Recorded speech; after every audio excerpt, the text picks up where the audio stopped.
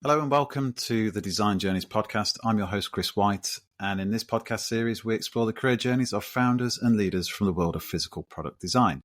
In today's episode, I'm joined by Dale Backus, founder and CEO at Ohsnap, the phone grip that doesn't suck. Dale, welcome to the podcast. Hey, thanks for having me. Good to be here. Yep, good to have you as well. So Dale, I'm going to do my best to introduce you here. So please do jump in and correct me when I inevitably get something wrong. But so basically we moved backwards. So as I said, you founded Ohsnap in 2019, which is a mobile accessory business, and kind of your flagship product is a phone grip that connects or snaps with magnets to the back of a mobile phone.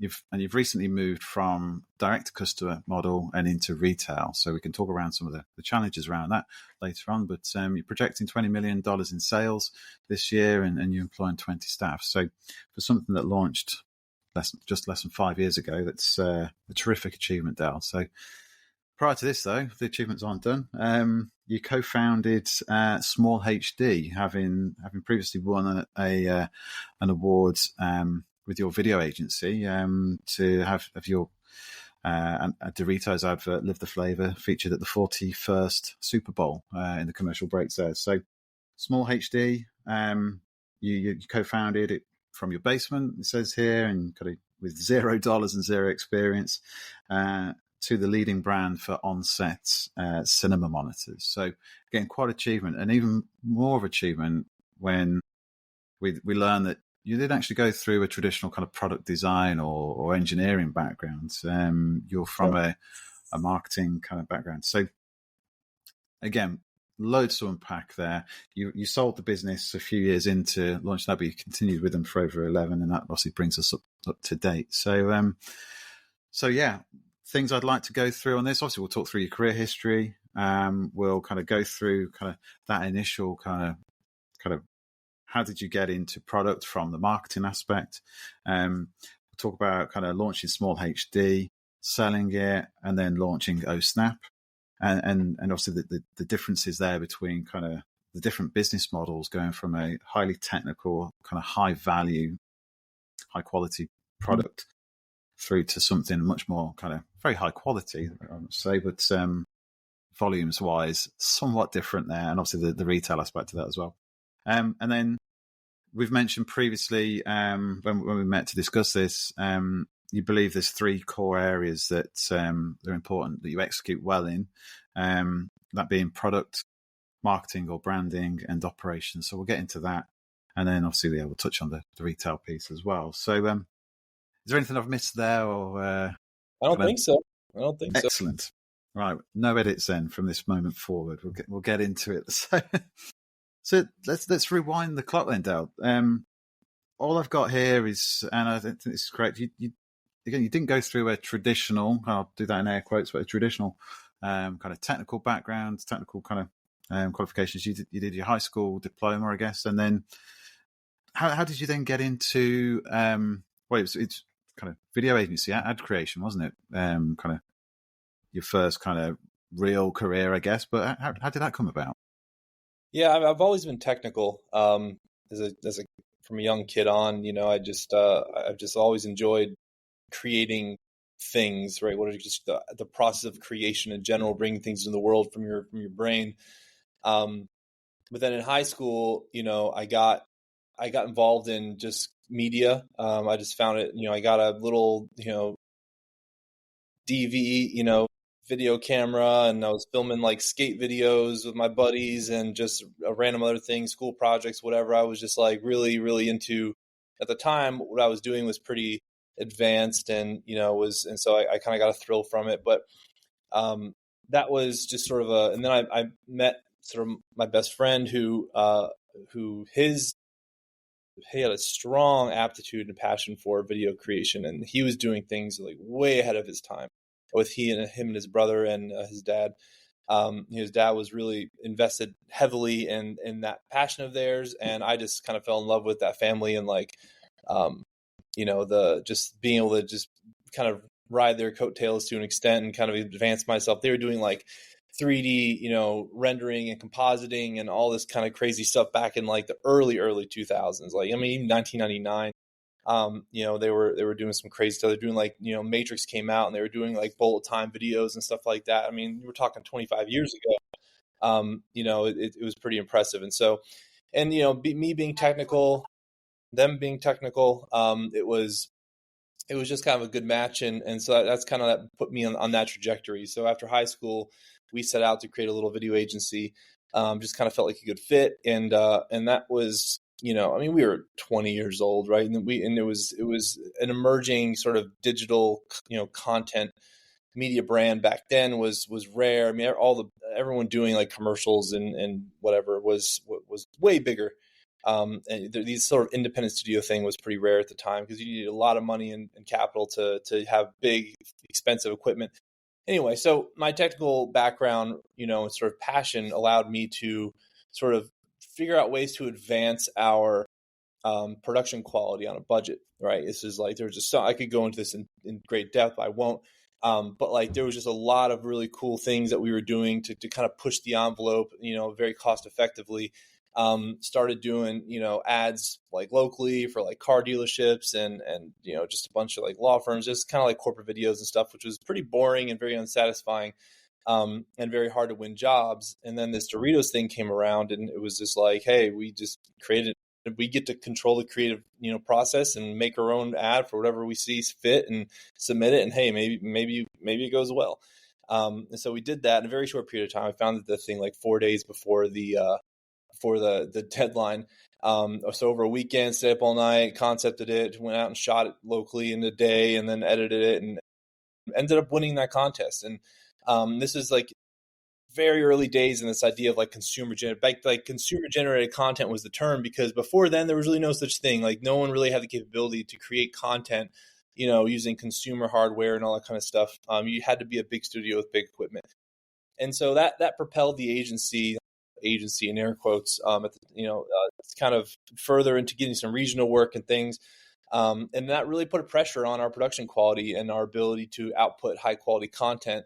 And so I was, constantly inventing all these little things like, lens adapters to make the image quality look good, uncompressed video recorders that were like wearable. So you could, bypass in-camera compression. So the output would be, so you could grade the footage better and things. And this is all very like, bleeding edge stuff at the time at that budget.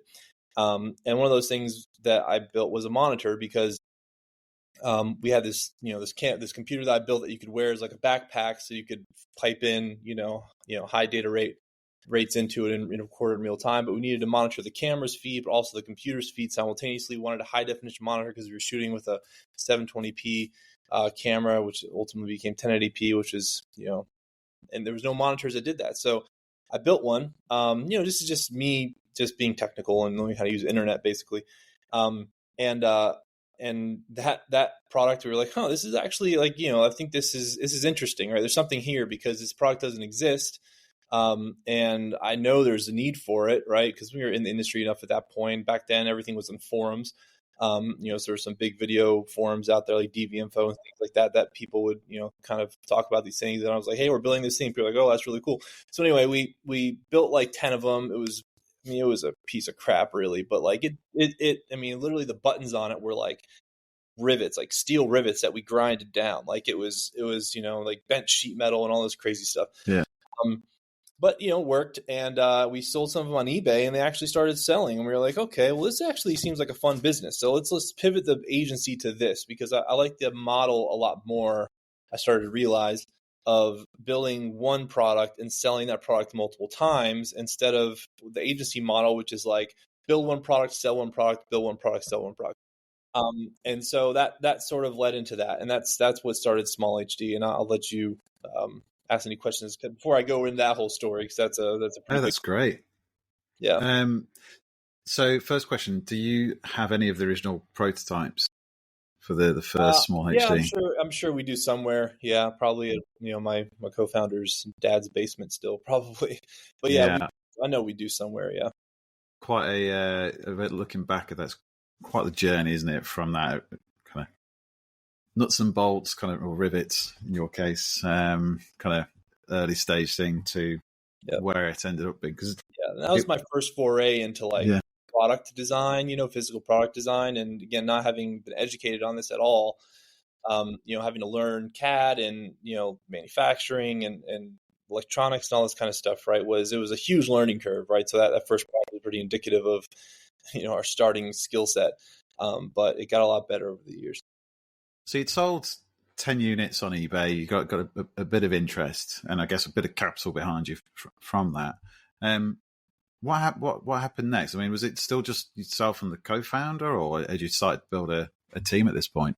No, it was still pretty much he and I. Like we, his brother was involved, helping out in various ways, and then once we realized that this had potential, we scrapped that entire design, because the trick with monitors is the screen the displays themselves, right? It's a weird market where, you want the highest quality display, but the people that make the highest quality displays don't sell them in units of like batches of 10, right? Like you have to have huge order quantities or a specific contract or whatever. So we were basically having to go out there and source, in what we call the gray market, which is just like excess inventory. And like there's these brokers exist in, Hong Kong and over there in general, where you could just kind of like buy little boxes of LCDs and so we found this one panel. It was a 9-inch 720p panel, and found a circuit board. This is all before Alibaba. This is all before really like this is I don't even know honestly how I found these people back then, but like some weird websites. And anyway, so we found this candidate panel, and then we redesigned the whole product. I taught myself SolidWorks so I could, because before that I was using this thing called God, what was it called? It's like basically all sheet metal, and it wasn't even 3D. You could draw it out in 2D and then preview it in 3D, but you couldn't actually edit in 3D. E-Machine Shop, I think is what it was called. And it was like, turnkey, so you could like, draw a piece of sheet metal and then they would make it. So I taught myself SolidWorks. We found a machine shop here locally. It was actually in the family of my co-founder. And we milled CNC'd a case. It was much higher quality. It was still janky in a lot of ways because, we didn't really know much about injection molding at the time and all this kind of stuff. But anyway, built the first real product called the DP1, and we launched that like officially as SmallHD. I can't remember the year anymore, maybe 2008. And that was like the launch of the company. By that point, we had like two other people helping out with the business. One guy who was just kind of helping with operations, the back end, the logistics and supply chain, all that kind of stuff. And then his dad, who was just kind of an all around guy, just kind of help us get systems set up and things like that. So Yeah. it was a very small team up until, probably a year into it or so. And did you? I imagine you used your video agency background to help market this product as well. It's quite a handy kind of skill set to have, actually kind of adding on the mechanical design side. Yeah, no, for sure. I think you're starting a business, having some media competence is really beneficial, no matter what you're doing, right? Like being able to create a website, make the thing look. We always looked bigger than we were, right? And that's always been an asset of ours. Still is today. Like, and that's I just have always understood and appreciated the importance of, just the brand aspect, the visual aspect, just being able to inspire confidence or instill confidence in people that you're not some janky little startup in a basement, which we were. Especially in an industry like that, where you're dealing with professionals whose these pieces of equipment are usually their lifeline, right? Like if you're a monitor on a set and that monitor fails, well, now everyone on set, 50 people, are looking at you like, hey, why aren't you doing your job? Like it's a lot of these are high pressure situations where people are spending 10, 20, 50, $100,000 a day to have something go through a lens and go on a sensor and ultimately record, and the monitor is sort of the window into that. So yeah, it was a weird business to choose for the first product company, because it's a miracle that we ended up being the brand leader in the space, considering, where we started and the sort of stakes of the industry, and the technicality of it. Yeah, massively. And what were the kind of the main challenges for you then? Or some of the kind of, I guess there were lots, because you were learning kind of new stuff every day, I imagine. But what were some of the kind of the key challenges that you overcome, or you look back, you think, yeah, really proud of myself for doing that? Oh God, man, there's a thousand of them, right? I mean, I look back at this story all the time, and I when I'm talking to people, and I'm just like, it is like we should have failed probably 50 different times, like distinctly 50 different times for one reason or another, right? But the hardest part really was figuring out the software. Like it's not too difficult to cobble together like an LCD driver board or main board and an LCD and put it in a mechanical housing, right? That's not that hard. There's a lot of off the shelf components. The first monitor I'm talking about, the DP1, we were literally buying TV driver boards. They were like, see this, but they were like really wide. And so to get it to fit in behind this 9-inch panel, we literally had to bandsaw the PCB like a third of it off, right? And just kind of like file down the edge to make sure it wouldn't short on itself. And that's the lengths we were going through just to get this thing to work, because we didn't have the capability or money to like go do anything custom. And then the software aspect became it was a massive hurdle, like for the first like 5 years of the business, because these monitors aren't just monitors, they're like tools. They have to have all these real-time software tools that, the color has to be really, really accurate. Everyone and people in this industry are so critical of color. So the color has to be good, which is the LCD itself has to be, a certain capability, but then the software, the driver have to understand the inputs the right way and do the conversions the right way so that it looks the right way on the target panel. And then there's all these tools like waveform and histograms and vector scopes and frame guides and all these other things that are all have to be real time, frame accurate, low latency tools. And so the architectures we were using at the time were these like consumer TV, pieces of hardware that didn't have this capability. And so it was like, okay, after we did the DP1, we started to realize all this. We were like, okay, people are asking for these features. This thing can't do it. So how are we going to go do it? And that was a huge, huge stepping stone for us, or sort of learning curve and challenge for us was, how do we build the next thing so it has these tools, was capable of this? And the next version of the product actually didn't. It was called the DP6. It was a 5.6-inch monitor, 720p. And that was actually the thing that really propelled the business, like 4x'd us overnight, because so unique in form factor. Like it was a really small, at the time, it was by far the smallest, highest resolution monitor in the world. We just found this really cool panel, this 5-inch 720p panel. I forget what it was used for. It was designed for like a little freaking, like a weird mini laptop thing by Fujitsu or something. And we had to go figure out how to make it have an SDI input, which is like this sort of professional input standard. It's like HDMI, but it's like a single BNC, so it's like a 2-conductor interface, so it's very high frequency. And so you have to have we had to have a completely separate subsystem to handle that input, which then would convert it into essentially HDMI, so the main board could actually handle and process it and put it on the display. And we had to go figure out how to do that. So I found this Chinese company that was willing to do that development work for us, and it was super risky and it shouldn't have worked. And I had to go over there a couple times to figure it out. This is like 2009 or 2010 at this point. And ultimately though, we got it all to fit and we got it all to work, and that was kind of a next big stepping point. But then after that, I was like, okay, we clearly need to do our own hardware. And so I had to build an engineering team, not ever having done software before, like really ever, besides like some websites. Had to figure out how to do this FPGA level. FPGA is like a type of processor. It's basically like a GPU, but it's like freeform essentially, and it's really hard to develop on these things. But it's the only thing that can at the time could do like the real time video processing we needed to do the waveforms and whatever. So I had to build an engineering team, which in itself is a saga. I mean, God, man, when you're a tiny company trying to hire like high end developers, right? Like imagine the sort of employment fiasco and just sort of like talent acquisition and maintenance there.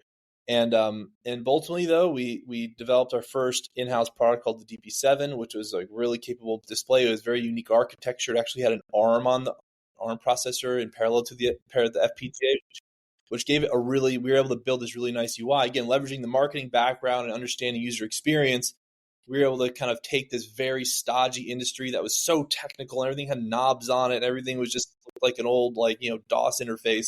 Like we were able to build this very, very custom, like high-end UI that really innovated in a lot of key areas.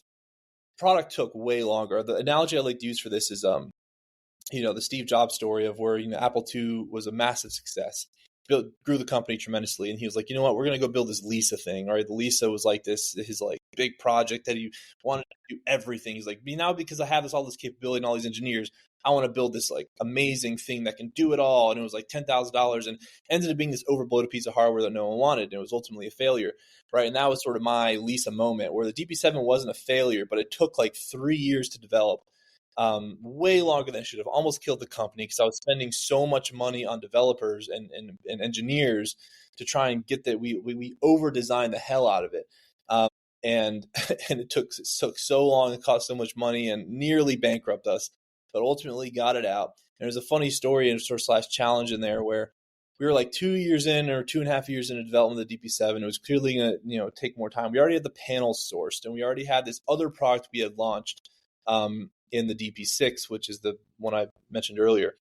And we were like, okay, guys, we're going to run out of money. We have like 4 months of cash left, and then we're done.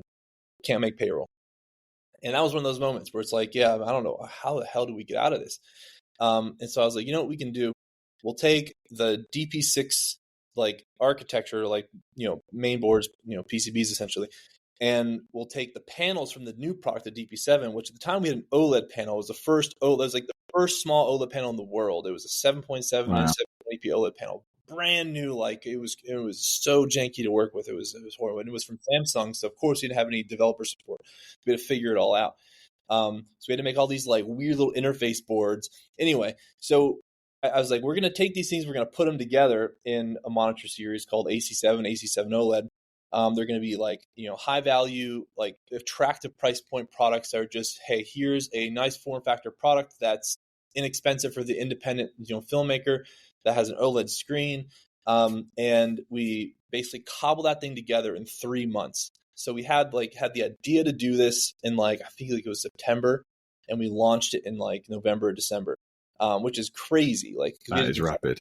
We had to develop circuit boards for it. We had to figure out all the housing stuff, which was injection molded. So injection molds are just longer, development times and all that. So anyway, cobbled together, launched a product. It was successful. It did quite well, actually.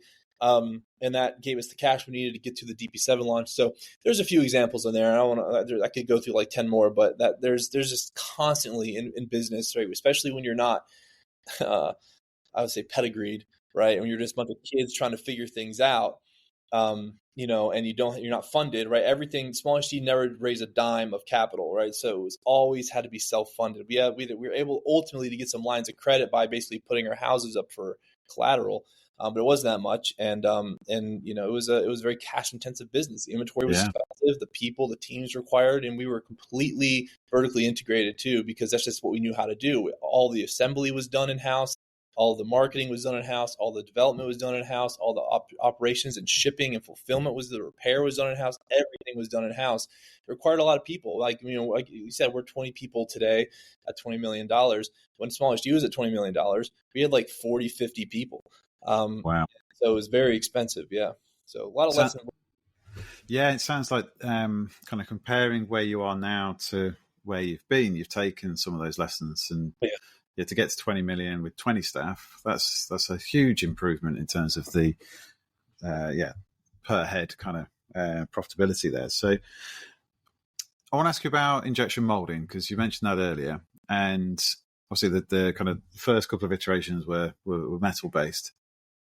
Was it something that you taught yourself in terms of plastic, or at that stage had you brought in kind of mechanical designers to look after that side of things?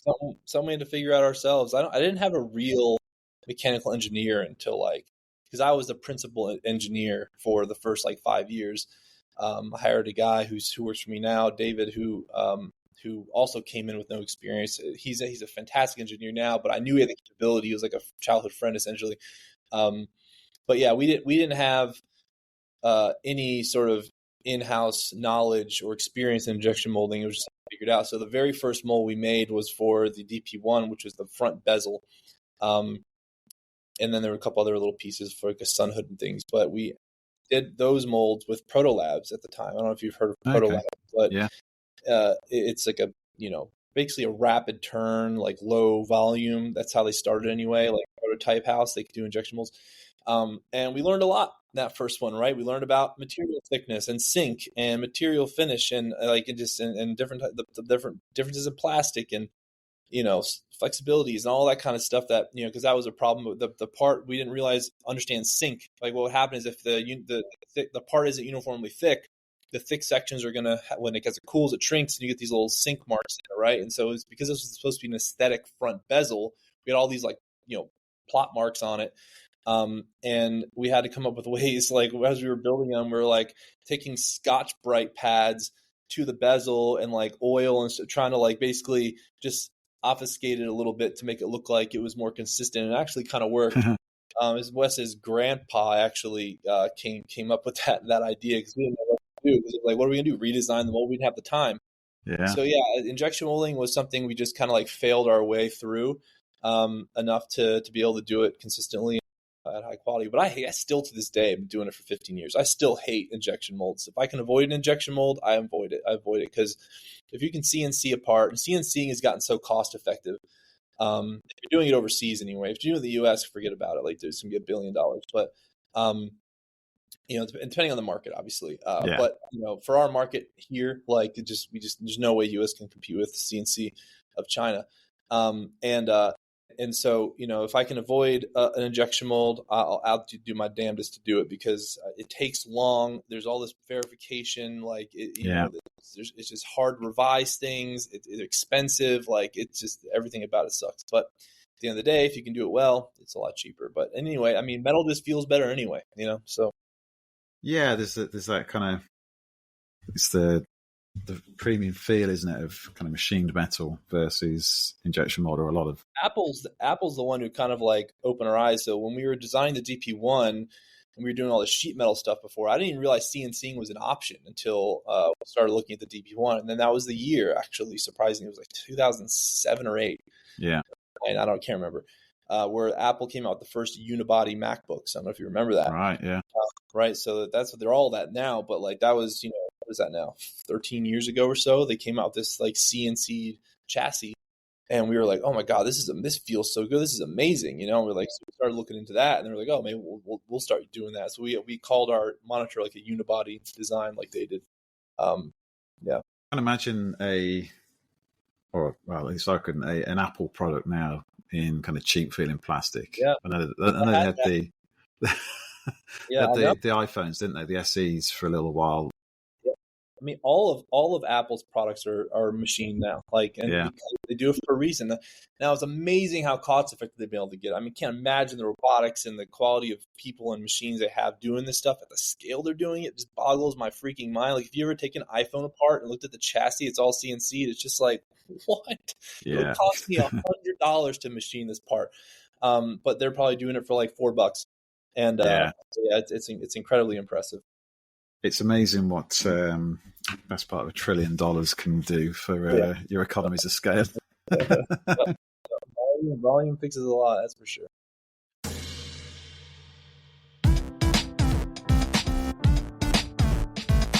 Are you frustrated by drawn-out recruitment processes, missing out on talent to your competition, or wasting time interviewing candidates who don't quite live up to their profile?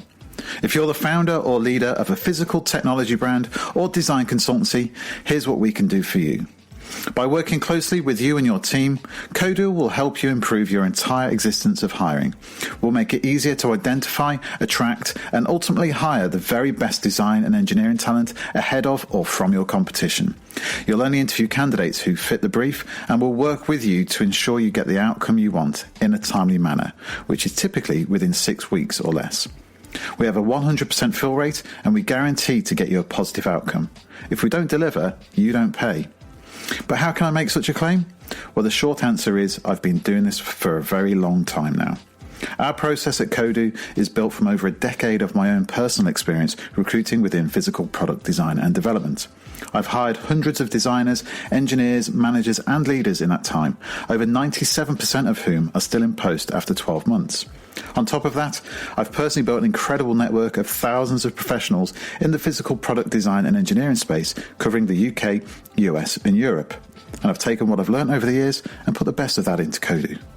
So if you'd like to spend less time stuck in a recruitment loop and more time doing what you love, get in touch. Email at teamkodu.com or message me on LinkedIn. But for now, let's get back to the show. Massively. So you sold SmallHD kind of 5 years in.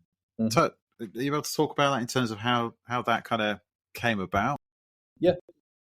I think it was, I know I told you 5 years earlier, but I think it was actually, because we started the company in 2008 and we sold it in 2014. So it's more like, Okay. Splitting hairs, but it was 6 years. It came about where we weren't looking to sell the company at the time. Like, honestly, when we started the business, we had no exit strategy in mind whatsoever. It literally never even occurred to us. It was just like, we're just building this business because we want to build it. And, hopefully we can make some money off of it somehow, some way. Again, this is just like kids not really knowing. And this is pre-internet, really, like in that we have today, where there's just wasn't a lot of like advice on the internet about business in general, unless you want to go read like Harvard Business Journal or something. Anyway, so we started the business. Just grew it to a certain point. By that point, we were 10 million in revenue in 2014. There's a company called Vitech that has like their portfolio, umbrella company for a bunch of different brands in this sort of film industry. They were looking to specifically to acquire a monitor company, and at the time, the landscape of monitor company was weird. Like, there just weren't a lot of independently owned monitor companies or sort of small mid-sized monitor companies. It was like either they had weird ownership structures or they were huge, like Sony and Panasonic. Like, we used to compete with Sony and Panasonic and a lot of these Canon and these big companies, which basically SmallHD has taken over.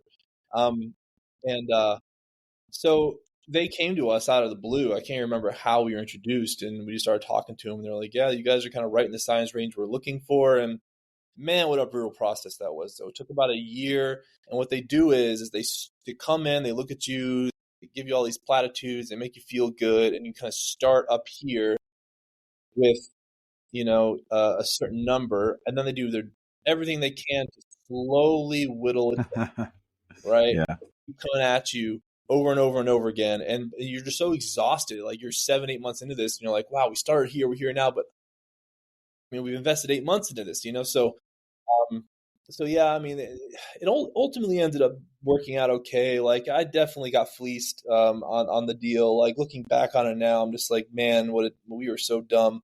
And there's a million things I could say about that whole process, what to look out for and what I wouldn't do the next time, and things to look out for when you're building the business and when you are exiting the business.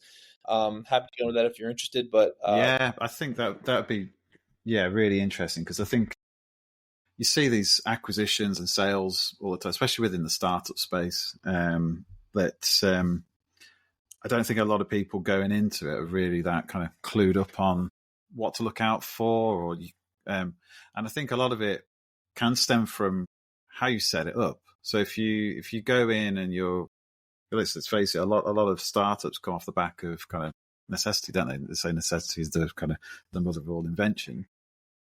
But you're just finding your way. In your case, especially, you're finding your way in a lot of aspects, kind of mechanical engineering, injection molding, running a business, the hardware business, dealing with suppliers. And I guess behind the scenes, there's a lot of kind of organized chaos. There's kind of admin, and you mentioned it right at the start, kind of operations being a key part of that. And I imagine that's something that you learned kind of the hard way going through the sale, that kind of administration and operations. But yeah, if you could give us your insights into, let's rewind the clock. If you were to do it again, how would you prepare for that or do differently? Yeah, so it was a kind of a weird circumstance, the whole thing, because by that point in 2014, we were working on our sort of second gen in-house platform. We called it Genesis, and it was like just taking everything we learned from the DP7 product I mentioned earlier, which was just this unique architecture, but it was very inefficient and very expensive. We found a much better way to do it. We had learned a tremendous amount from that first one, and we kind of like distilled it down to its best parts, simplified things, but also enhanced the things that matter. But it was still very, very challenging to develop. We were once again spending lots of money trying to develop it. I engaged this New Zealand-based engineering firm who had these. New Zealand's just great. They have great engineers.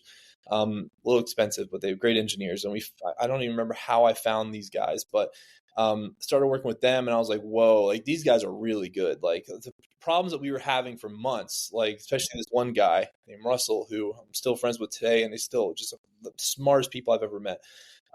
Just came in there and was just like beep bop boop, it fixed it, and just like whoa, it kind of blew my mind. And so like I was like, all right guys, I don't care how much it costs, we're going to use these guys to get us to the end, because otherwise I don't think we're going to get there. And so this is all during the acquisition talks, right? So we were burning cash, at a high clip again, net losses every month. And, we had a path to completion, and this was going to be a truly revolutionary platform. The platform we developed then is still the platform, the leading platform in the industry, the platform that's everything's still based on today. It was truly revolutionary and remarkable in terms of how it all worked and all that, efficiency and things. And so when we started talking with Vitech early 2014, maybe late 2013, took about a year, and we sold in December 2014. So let's just say early 2014. We were kind of knee deep in that process, and we're once again in a situation where it's like, man, we made a round of money. So we kind of had our backs against the wall a little bit, which we kind of were squeezed a little bit into it. Now, looking back on it, I think we probably would have made it. And if we would have, but the mentality we were in was like, this is a weird niche industry. We don't know how many opportunities like this to kind of detach from the company financially are going to be. There's also things I'd like to do, visions I have for the company that I think is going to be hard for us to take on because we don't have the financial backing. So we either have to go raise money or just, have someone else's piggy bank to pull from. And this was an opportunity to do that. But what I would do differently is during the negotiations, we just, again, not having done it before, you're all kind of caught up in the numbers and, and all this kind of stuff, and just kind of the excitement of the process, the prospect of selling a company. We should have negotiated much, much harder on certain points, right? The fact that they ultimately just looked at the company and valued us based on essentially inventory and profit, which there was none at the time, right? We were losing money. And so what they did was they gave us, so you can look, it's all public info, you can look this up. The deal was $4.7 million in cash, but with a $25 million earnout. I will always stay away from earnouts in the future. Earnout is basically a schedule, a forecast of financial goals on a timeline that if you hit, then you get these sort of extra payouts. And we missed every single one by like 6 months. Like we hit them all ultimately, but the timing was off, and we just got destroyed on the deal. But what we didn't appreciate at the time was how revolutionary the technology we were building was, and how valuable it would be, because every dollar they've made since has been on the back of that work that we paid for. And we didn't value the IP appropriately, and we didn't value the brand appropriately, and we didn't evaluate the people appropriately. Again, like the engineers we were able to ultimately get on this team, there's several of them now. There's like 3 key ones that are still there today that were just made all this go. And this, we had the talent, we had the technology, we had the vision, and we had the brand, and none of that was considered. Right. And that was the problem, right? It was all based on revenue. So this company that we sold to, Vitech, is a London-based company run by accountants, very, very conservative accountancy, types of people. And it's just, even if we did push those agenda items forward, who's to say they would have went for them? And again, if we weren't in the situation we were in, right, like, maybe it would have went differently. But again, we were sort of a little bit up against the wall, our backs were up against the wall, a fair bit, just because of the financial situation we were in. So it was just like this weird, convalescence, various factors that sort of forced us into a little bit, just kind of A, being fatigued, B, being in the financial situation we were in, the phase of development we were in, sort of the mental state of seeing an exit door, seeing an opportunity to exit the business that we weren't sure was going to happen again. And ultimately I'm okay with the way it happened, because, even though I wish I would have done things differently, I'm okay with it, because I would probably still be saddled to that business today. Right. Maybe not. And the thing about me is, I start to get bored. Like, after 5, 6, 7 years of doing the same thing, right? I just start to kind of, get eyes for other things, and so it was just the timing and a bunch of other things, and allowed me to go do this. Yeah, massively. And it's a lot of people think, well, you did quite well, but it must be so frustrating to, yeah, in hindsight, kind of be suckered into those kind of stretch goals to kind of get that kind of that payout. So you didn't get any additional then. It was like there wasn't like a grading. No, zero. Yeah, and so I got like, I was able to up my salary considerably, and I made good money for the next several years, right? But like, what really, really triggered me was when it was like a year or two later, they acquired another company called Wooden Camera, which was they were a $5 million revenue business, right? That got acquired for $20 million in cash, upfront cash, right? With that, but the thing is they were very profitable. The business model was unique, or it was never going to be a very big business, right? But it was like 40% gross profit, or not gross. Yeah, so they could see where it was. Right. So they were like, they were looking something to add to their P&L really quickly to appease shareholders. In a public company, it's very easy to go borrow money here to pay for something over there to kind of boost your growth without having to have the financial implication hit you today. And that was just like, come on. And then you fast forward to today, like SmallHD is so much more valuable than that company. That company has the founders left. Like it's in disarray. It's way smaller than SmallHD, right? But they got it for, they got SmallHD for 25%, right, of what they bought Wooden Camera for, when today is probably worth 5, 6, 7 times more. So again, like it's just, yeah. Well, that fuels you, doesn't it? In terms of, okay, I'm not gonna fall for that again. But it's. I mean, you're 5 years in now with Ohsnap, and it sounds like you've taken a lot of those lessons to heart, and then kind of you're building something very different, but sounds like it's going to be a lot more profitable as well by the sounds of it. So, but yeah, difficult lesson to learn, and thank you for sharing that, because like I say, I think a lot of people go into these that they are naive to the inner workings of it, and there are companies that will just acquire businesses, and they've got the accountants that are emotionally detached from the whole thing. They're just looking at, is this company going to make us more profit for the shareholders, or is it going to give us a loss to save on tax? Call me a cynic, but I think there's a lot of that goes on as well. And it's unfortunately dark side of business. But so let's move on then. So Ohsnap, a very, very different business, still hardware. So tell us kind of how did that kind of, I think you told me kind of off air, but tell us kind of how did that business idea come about, kind of what started you, kind of what got you started on that? It was a bunch of, again, I think most things boil down to timing. But like it was probably 2017, and I went to a trade show, CES, and I've always just been interested in going to that show just to see, what's happening in tech, and just see what piques my interest. And I saw this little category of phone grips emerging, and this is still pretty early days in this industry. There were some players, and I had some conversations with some of the founders of these companies, and I was asking about like the revenues, or not revenues, but units they sold and all that kind of stuff. And there were some pretty big numbers. And I was like, now this is an interesting industry, because, and I think at that point I was just so fatigued on the complexity of SmallHD.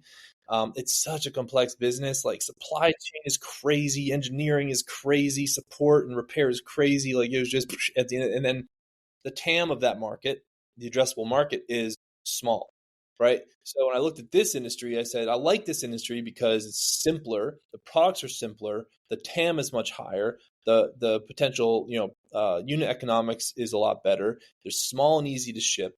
I just liked the profile of a business like this. When I found the whole thing very ironic, and I didn't leave saying, "Oh, I'm going to go start this mobile accessory business." I saw a pop socket and at the show, and I actually was given one. And I used it, and I was like, okay, I actually get why this product exists. I like it. However, I hate having it on my phone, right? So that sort of created this, this little engine in my head started running of, okay, there's got to be a better way. And kind of stuck in my head for, a few nights. And then one night I woke up out of bed and I was like, oh my God, this is the way to do it. And I went down and started building something, and I built this thing and showed some people, and I was like, I think there's something here, and by that point in SmallHD, I was just kind of getting really, really just tired of it all. Working for a public company, the short-sightedness, the unwillingness to just try things or invest in the future. And it was a constant service of the quarter. There was no strategic element to it really. It was just like, make money. I don't care how you do it. Rehash products, just get it done, grow the channel. It's really all that mattered. And I was just kind of frustrated with that dynamic. And I was done working for a large company. And so I was like, I want to go back to working for myself. I want to go back to a small company. I feel like I'm particularly effective in businesses from like zero to like where we are today. And then after that point, I start to get a little disinterested sometimes, not here yet, but like, just because it gets harder to move, and you get slower, and there's more politics and people. I've always said from day one here that I don't want to get bigger than 25 people before we exit, because it's just the culture changes. It's just a whole different animal.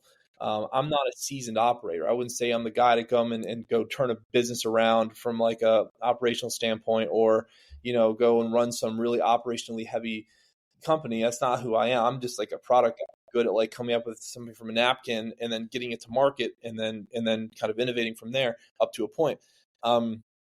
Anyway, so I started developing that product, and I was like, I think this is interesting. I think this would be a fun little thing to go do, because at the time I was also evaluating, and I up to that point probably from like 2015 to 2017 or 18, I was building all these grills. I was going to launch a grill startup, because I spent hundreds of thousands of dollars building these grills. They were like these, they're traditionally called salamander ovens, where they're like top down broilers. Essentially, it's what they use in like high end steakhouses. They get like 2,000 degrees, and you can control the distance. And anyway, I wanted to make a consumer version of that, because really they didn't exist at the time, or the ones that did were very, very niche. And just trying to like popularize that concept, because it makes great stuff. And then I was looking at that going, I almost started the business. I like had a little team formed, and had built a really, really nice prototype. And then one day I was just like, nah, man, this is another SmallHD. Like it's risky, it's complicated, it's heavy, it's expensive. And I just I don't know. And again, the TAM is relatively small. So anyway, the whole Ohsnap thing kind of pulled me out of that mentality and said, okay, let's go do this. It's just like, it's either going to be a quick win or a quick loss, and I can move on, right? I don't have to go add 20 people to go build this company. I can just get me and a couple buddies essentially, and we can try to get it. And we did. We got it from 0 to 5 million in the first year, really quickly, with literally 4 people. And so that was, that's kind of where that idea came from, was just like, it started out as a single focus of, can we make a pop socket that just doesn't suck to have on your phone? That's why we were the phone grip that doesn't suck. That's where all that came from. It was simply, we want this utility, but we don't want all this bulk, or this like, just the way it looks and all that kind of stuff. And then it kind of evolved from there, where when MagSafe came out in 2020, so this is in late 2019, we launched this product on Kickstarter, did really well. And then that set off like a 2-year roller coaster ride of almost dying a million times again. Anyway, MagSafe came out in 2020, and we had launched a product in May of 2020 that was essentially the MagSafe concept built into a grip, right? And so it was kind of ahead of its time in a sense, where it was a circular magnetic array on the back of your phone that could be used to mount other accessories to, like chargers and mounts, which is what MagSafe is. And that was kind of bittersweet, because that people really resonated with that concept, much like they resonate with MagSafe in early 2020. And we raised like $1.7 million on that concept on Kickstarter. Brilliant. But then in September, MagSafe came out, and it was like, oh God, like it was almost like a crisis, because it was like, now we're like, oh no, we can make a competing magnetic standard with Apple. Like there's no way we can compete with that. So then we had to quickly redesign the product around MagSafe, and blah, blah, blah. But, that set off this like rapid iteration cycle of this core product, trying to find the right sort of combination of features and aesthetics and cost and quality and user experience and all these things. And now we're on Gen 5 with the Snap 4 Lux, and, working on the next thing. So prior to MagSafe, was it a full case with a detachable pop socket? No, we've never really made cases. I'm really trying to stay away from that, although we are about to launch cases. But like up till now, like we've tried to stay. I just think the best sort of scenario for us is to make a single SKU that's as agnostic as possible to phones or cases. That's always been the pursuit here. The first product was actually just another thing you stick on the back of your phone or case. Had this, I don't remember the slap bracelets from the 90s. Yeah. It's called a bistable spring, and it can lay really flat. Then you push on it and it folds up like this, and then you could put your finger, and I made this little clasping thing so you could create this loop. And it was really fun and fidgety and tactile and fun to play with, and it was really comfortable, and it worked really well. And it rotated, and it could be a stand, and it was also magnetic, and had all the things that the product has today, more or less.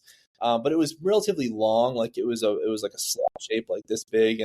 But then when MagSafe came out, obviously it was like, well, it has to be a circle now. We can't really do this design. So we had to change the entire architecture. We're on our third like architecture today.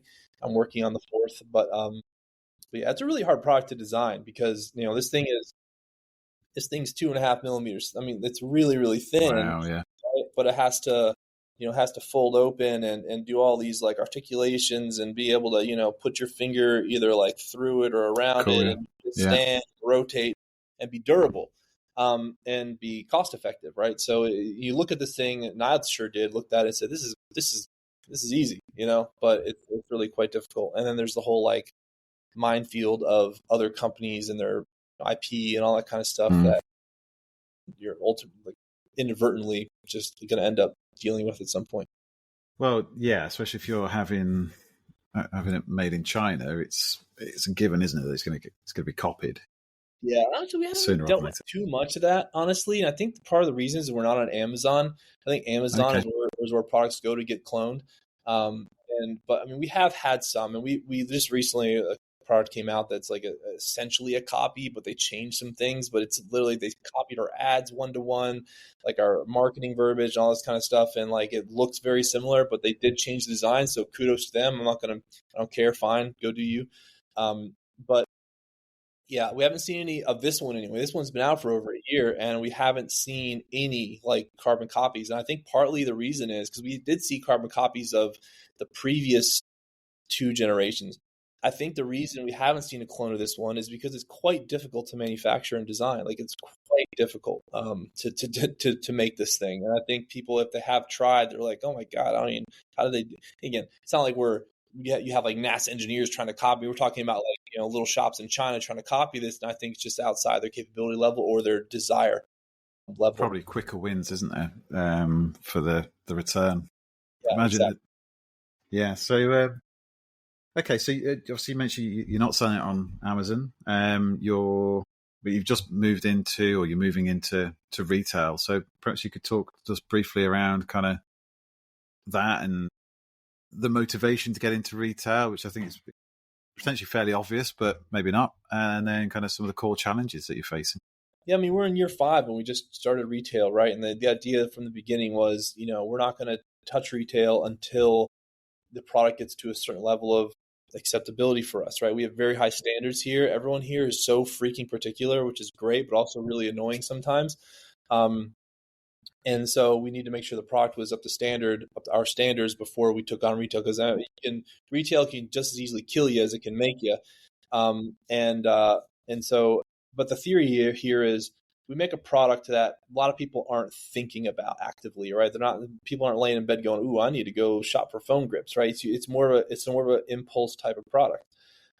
And so when you're in that category of impulse type of products, you have to be where people are. You have to get in front of people's eyes as passively and as consistently as possible at scale.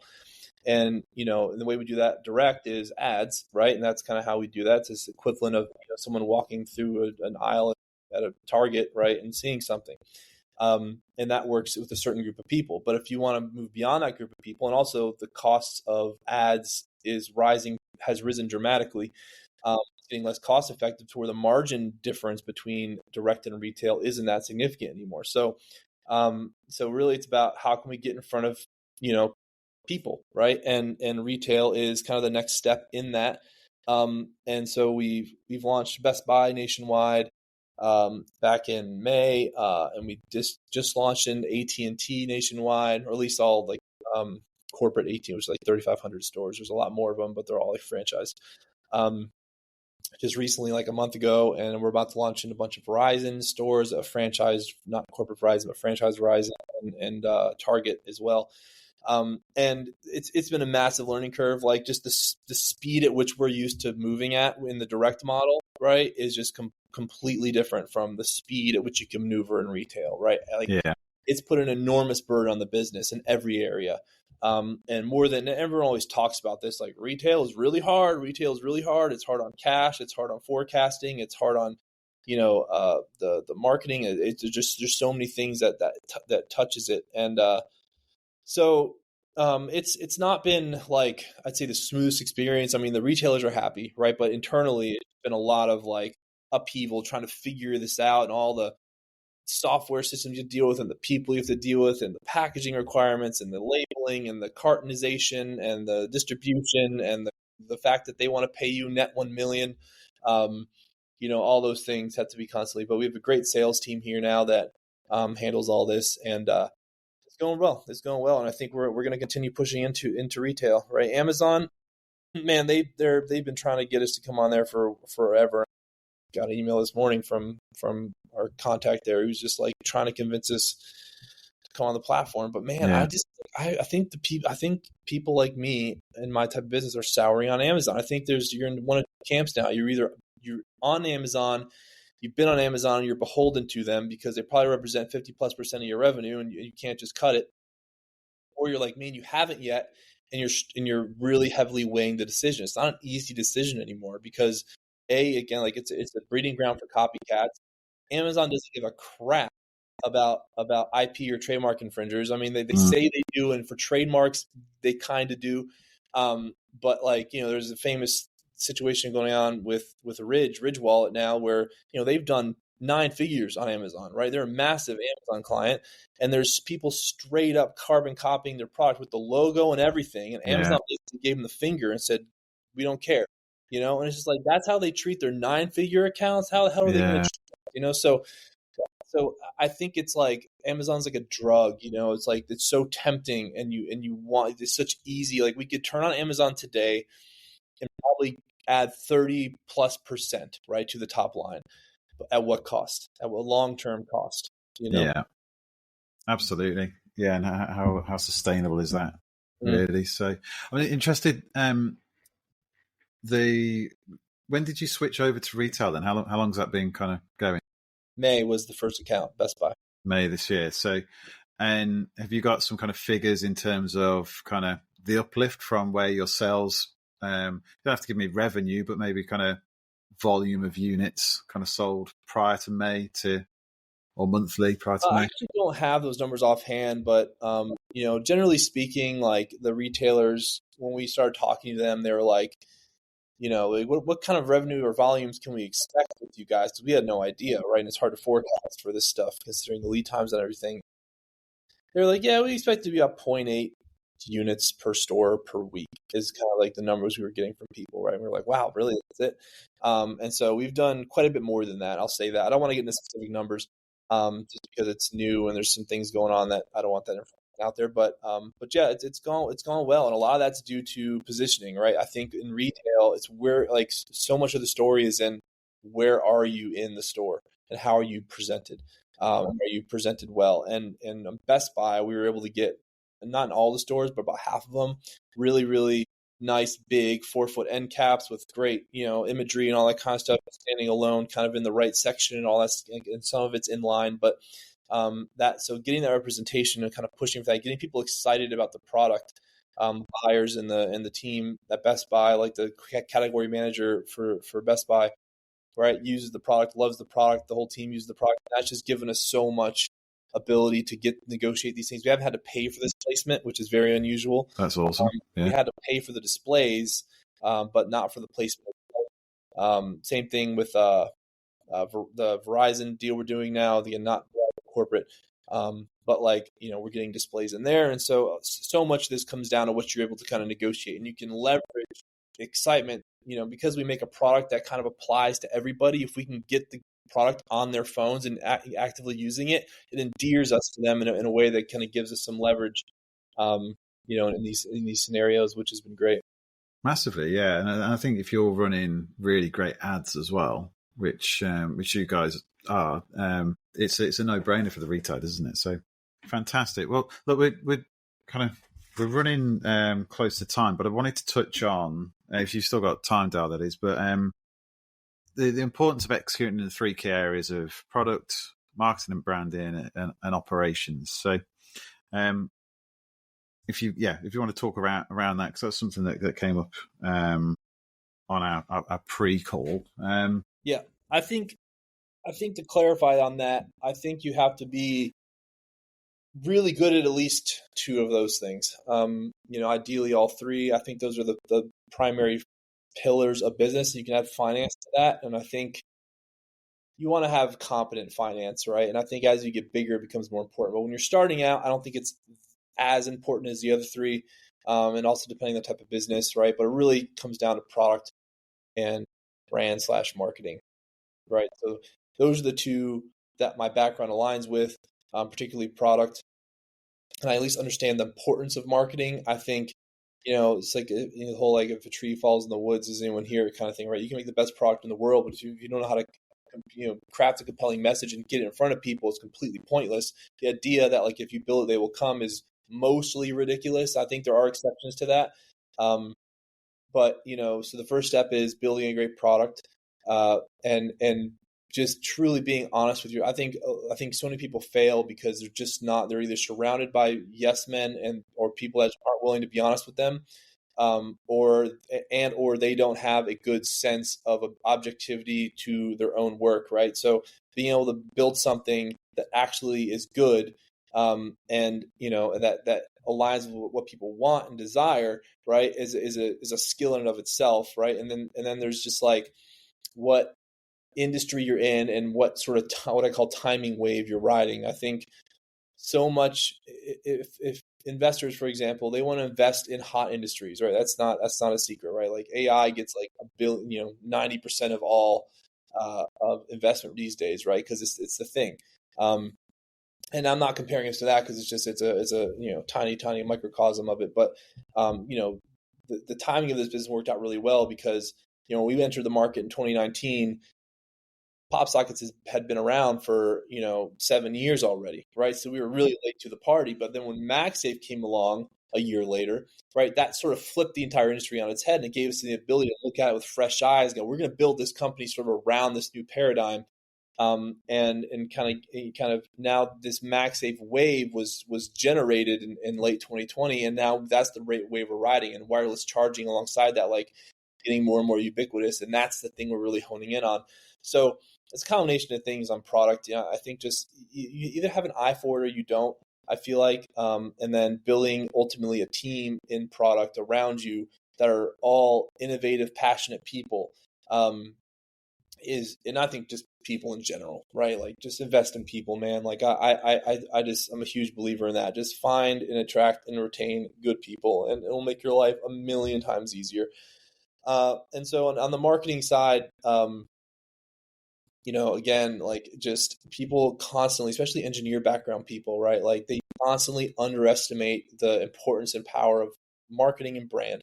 There are so many amazing case studies out there of companies that were, I think more companies than not are led by marketing and get success through marketing more than product, right? So depending on how you look at it, I think marketing could be number 1 and product number 2, but I think they're very, very close, right? Marketing is kind of the leading man, though. You have to craft a compelling message, get it in front of people. The product just has to be able to deliver on those promises, right? And then operations needs to just back that up and actually get the thing into people's hands and not bankrupt the company. So it really is sort of this chain things. And but look at companies like Manscaped or Dr. Squatch or Liquid Death, right? Like none of these companies invented anything crazy. They're all fine, good products, whatever, right? But they've built these amazing, powerful brands that for whatever reason people think it's cool to drink Liquid Death water over Aquafina for cool. Great job. It's a masterclass of marketing, right? Yeah. It's like water is innovative. You didn't on the product side, right? Is pales in comparison to the importance of marketing brand and like that. I think Manscaped, you could argue that they, tweaked the razor to make it a little more friendly, to what they're targeting, but really it was the brand. They just did a great job building the brand. And Dr. Squatch's soap, we're talking about freaking soap, like for men. You're telling me soap for men didn't exist? Of course it did. It's just like they found white space in a demographic that was being underserved and did a great job branding to it. And there's a lot of other men's soap brands now, but you've never heard of them because Dr. Squatch has sort of taken that market. And so I really think that's where the opportunity for us is here at Ohsnap, where there's very low brand affinity in accessories and cell phone accessories. Most people can't tell you what case they have, what charger they have, what mount they have. They don't care.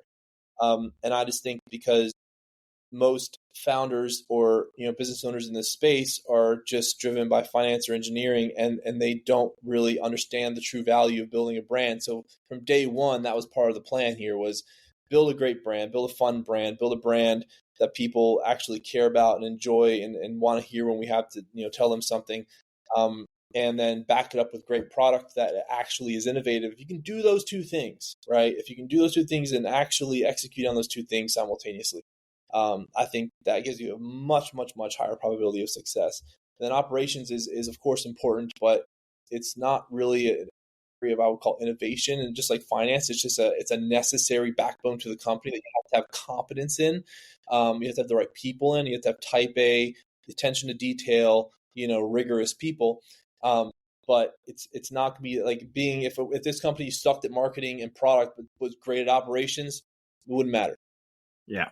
Yeah, if you're, like I say, if you're not telling people about your product, it's very difficult to sell it. No, that's lovely. So, well, let's kind of wrap things up now because I appreciate we've run over the hour mark now. But I always ask people towards the end of the podcast if there's any books or podcasts that they would like to recommend. From a lot of what you're talking about, the marketing side, and I think we talked about this the other week. I'm thinking about the Alex Hormozi book straight away in terms of the $100 million offer and $100 million leads, because that playbook is just fantastic for a product business. But highly recommend Alex Hormozi's content in general. Yeah, I think he's one of the most pragmatic, down to earth types of people out there. I listen to a lot of his YouTube videos when I'm driving and stuff, and so he's really good. I've not been reading a lot of books lately. I know I've read a bunch in the past, but I'm just not I'm just in a podcast mode right now. So Alex Hormozi, for sure. Operators Podcast is this specific to a D2C product company type of thing. So if you're a D2C product company, I highly recommend listening to that. This is the four founders of Ridge Wallet, Hexclad. He's not actually the CEO, but same thing with Ridge, honestly.